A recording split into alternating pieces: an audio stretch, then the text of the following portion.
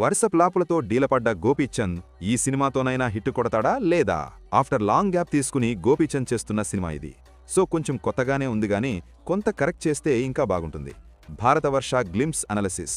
ఈ వీడియో నచ్చితే షేర్ చేయండి, నచ్చకపోతే కమెంట్ చేయండి. నచ్చినా నచ్చకపోయినా లైక్ చేసి సబ్స్క్రైబ్ చేసుకోండి. భరతవర్ష ఘాజీ ఫేమ్ సంకల్ప్ ఈ సినిమా డైరెక్ట్ చేస్తున్నారు. 642 AD టైమ్ లైన్ తీసుకోర్రు. షోలాస్కు సంబంధించి ఏదో స్టోరీ పెట్టిర్రు.